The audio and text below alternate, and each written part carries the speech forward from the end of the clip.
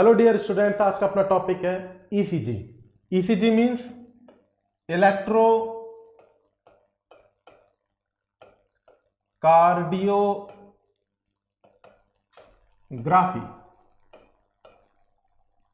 सबसे पहला क्वेश्चन इसमें यहां पर बनता है, ईसीजी की फुल फॉर्म क्या होती है और दूसरा ईसीजी किससे संबंधित है। ईसीजी किससे संबंधित है, ऑप्शन मिलेगा आपको हार्ट से, ब्रेन से, तो आपको आंसर क्या देना है, ईसीजी संबंधित है हार्ट से। इलेक्ट्रोकार्डियोग्राफी, इलेक्ट्रोकार्डियोग्राफी ईसीजी के अंदर अगर अपन समझने की कोशिश करें, बिल्कुल हम अपना पैटर्न रखेंगे बेस टू अप, बिल्कुल सिंपल तरीके से पढ़ाना शुरू करेंगे, नॉर्मल तरीके से पढ़ाना शुरू करेंगे और हाई स्टैंडर्ड तक उसको लेकर के जाएंगे, जिसके आपके सारे जितने भी डाउट्स आपके मन के अंदर है वो आप वीडियोस देखने के बाद में क्लियर हो जाए और आपको ईसीजी कंप्लीट समझ में आ जाए। अब हम सबसे पहली बात ईसीजी के अंदर बेसिक पॉइंट लेते हैं। वेव कितनी होती है ईसीजी के अंदर, बेसिक कंपोनेंट्स अपन डिस्कस कर रहे हैं। बेसिक कंपोनेंट वेव कितनी होती है ईसीजी के अंदर, तो फर्स्ट नंबर पे बोलते हैं अपन P Q R S and T. U को हम डिस्कस नहीं कर रहे, हम नॉर्मल जो वेव्स हैं उसके अंदर हम बात कर रहे हैं कि ईसीजी के अंदर कितनी वेव होगी, पी क्यू आर एस और टी। नेक्स्ट नंबर पे हम बात करेंगे इसके अंदर सेगमेंट कितने होते हैं, ये तो हो गई वेव। नेक्स्ट है सेगमेंट कितने होते हैं, तो आप बोलेंगे पी आर सेगमेंट एंड संग में बोलेंगे P R segment S T segment.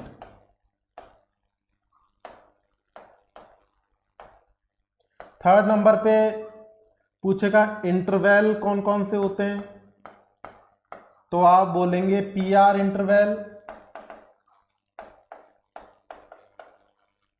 QT interval.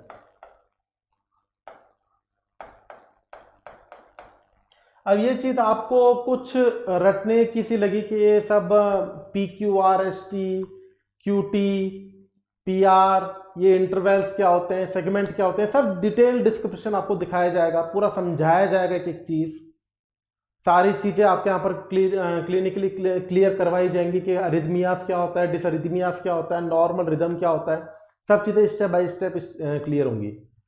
सबसे पहली बात अपने कुछ टर्मिनोलॉजी देखने की कोशिश करी कि ईसीजी के अंदर कितनी वेव होती हैं, तो आप बोलेंगे पी क्यू आर एस और टी। सेगमेंट कौन कौन से होते हैं, तो आप बोलेंगे पी आर सेगमेंट होता है, एस टी सेगमेंट होता है। उसके बाद में आपसे पूछेंगे कि इसमें इंटरवल कौन कौन से होते हैं, तो आप बोलेंगे पी आर इंटरवल होता है और क्यूटी इंटरवल होता है। नेक्स्ट नंबर पे हम यहाँ पर डिस्कस करेंगे सबसे पहले इस ईसीजी को क्लियर करने के लिए आपके सामने हम क्लियर करेंगे सबसे पहले हार्ट का कंडक्शन सिस्टम शॉर्टली। ये आपके सामने हार्ट है और ये हार्ट का इस प्रकार से कनेक्टिव टिश्यूज, इसे अपन फाइब्रस टिश्यूज बोल रहे हैं यहां पे। ये डिक्टेट कर देता हूं मैं, ये क्या है, ये फाइब्रस टिश्यू है। ये क्या करता है फाइब्रस टिश्यू, एट्रिया और वेंट्रिकल के लिए इंसुलेटर की तरह वर्क करता है। इंसुलेटर मींस, इंसुलेटर का मतलब कुचालक। हाथ के ऊपर आपने रबड़ के दस्ताने पहन लिए, इसका मतलब हाथ के अंदर करंट नहीं आएगा, तो ये क्या हुआ, कुचालक की तरह वर्क करेगा, इंसुलेटर की तरह वर्क करेगा। अब आप समझिए फाइब्रस टिश्यू क्या करेगा, इसको समझने के लिए आपको यहां पे ये अपन ने ड्रॉ कर दिए इसके 4 चैम्बर। ये हो गया एट्रियम, ये हो गए वेंट्रिकल्स, और आपको क्लियर पता है ये हो गया ये हो गया left atrium, right atrium, right ventricle, left ventricle. अब फाइब्रस टिश्यू क्या करेगा, फाइब्रस टिश्यू आपके सामने इंसुलेटर की तरह एक्ट करेगा। यहीं पर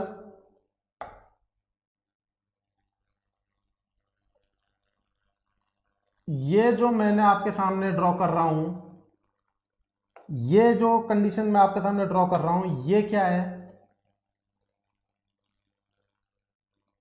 ये है एवी नोड,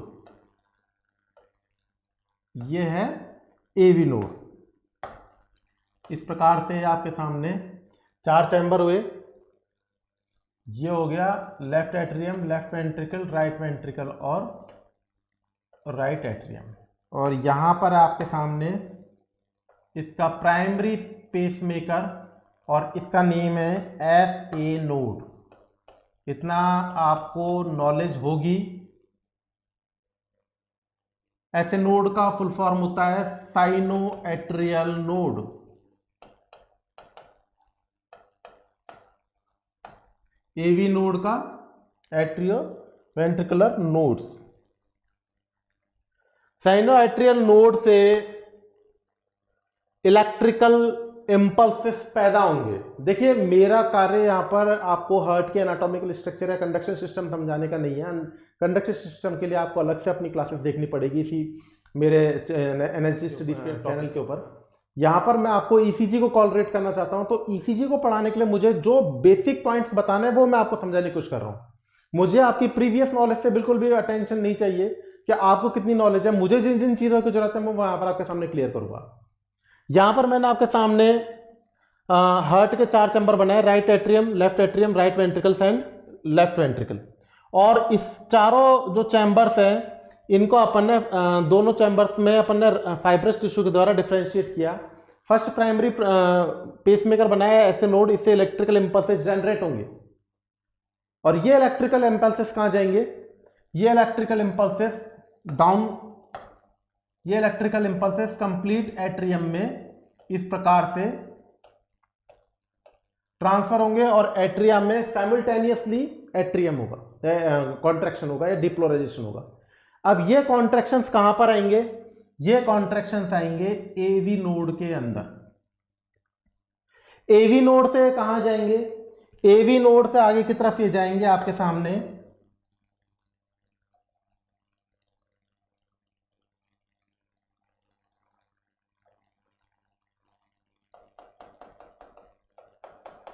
एवी नोड से ट्रांसफर होकर के जाएंगे बंडल ऑफ हिंज पे,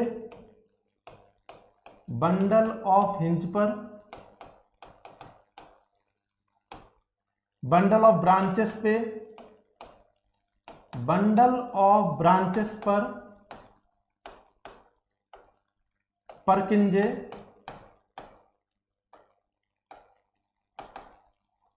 फाइबर्स पे जिनके ऊपर परकिंजे सेल्स हैं इसके ऊपर जाएंगे। तो यहां पर इलेक्ट्रिकल इंपल्सेस का कंडक्शन क्या हुआ? मैं यहां पर लिख भी रहा हूं इसको, इलेक्ट्रिकल इंपल्सेस का ट्रांसफर कहां कहां हुआ? इलेक्ट्रिकल इंपल्सेस का ट्रांसफर हुआ सबसे पहले, इलेक्ट्रिकल इंपल्सेस कहां पे जनरेट हुए थे? ऐसे नोड पे। ऐसे नोड से ये कहां पर आए? एवी नोड पे। और एवी नोड से होते हुए कहां पर गए? एवी नोड से होते हुए गए ये बंडल ऑफ हिंज पे। बंडल ऑफ हिंज से कहां पर गए? बंडल ऑफ ब्रांचेस में। बंडल ऑफ ब्रांचेस से कहां पर गए? बंडल ऑफ ब्रांचेस में। और बंडल ऑफ ब्रांचेस से परकिंजे फाइबर्स पे, परकिंजे फाइबर्स पर ये इलेक्ट्रिकल इंपल्स ट्रांसफर है। परकिंजे फाइबर्स से होकर के आगे की तरफ ये वेंट्रिकल के लेटरल वॉल्स पे जाकर कॉन्ट्रैक्शंस को पैदा करेंगे। अब आप समझिए, ये मैंने आपको कंडक्शन सिस्टम बताया, ये चीज आपको समझने की है कि कहां कहां पर इलेक्ट्रिकल इंपल्सेस ट्रांसफर हो रहे हैं। ये चीज आपको सबसे पहले क्लियर होना चाहिए। अब आगे की तरफ देखें अपन एक ईसीजी को। ये आपके सामने सिंपल मैंने एक ईसीजी यहां पर ड्रॉ कर रहा हूं।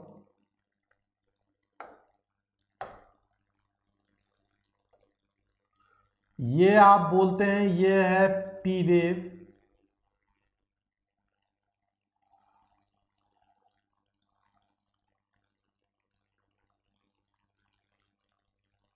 ये आपके सामने मैंने सिंपल ईसीजी ड्रॉ करी है। इसका नामांकन कर देते हैं अपन। ये होती है पी वेव, ये होती है क्यू वेव, ये होती है आर वेव, ये होती है एस वेव, ये होती है टी वेव। ये आपके सामने मैंने स्टार्टिंग में बताया था कौन कौन सी वेव्स हैं। तो यहां पर आपके सामने क्लियर हुआ कि पी क्यू आर एस और टी ये आपके सामने वेव्स हैं। ये वेव्स मैंने आपके सामने क्लियर करी, कौन कौन सी वेव्स हैं, P Q R S T, ये वेव है आपके सामने जो मैंने यहां पर बनाई। अब इसके अंदर आपको और भी चीजें समझनी है। सबसे पहली बात ये क्या है, ये क्या, इसे कहते हैं हम पी आर सेगमेंट। ये क्या है, ये है पी आर सेगमेंट। तो मैंने यहां पर लिख दिया ये है P R segment. Clear.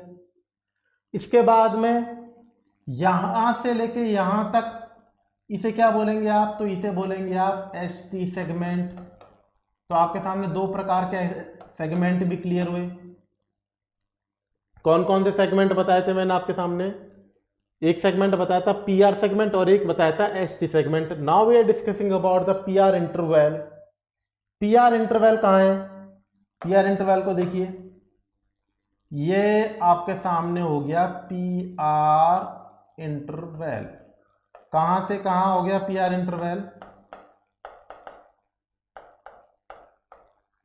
P R interval हो गया, गौर से समझिएगा।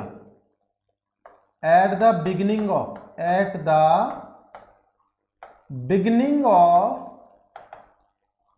P wave to the end of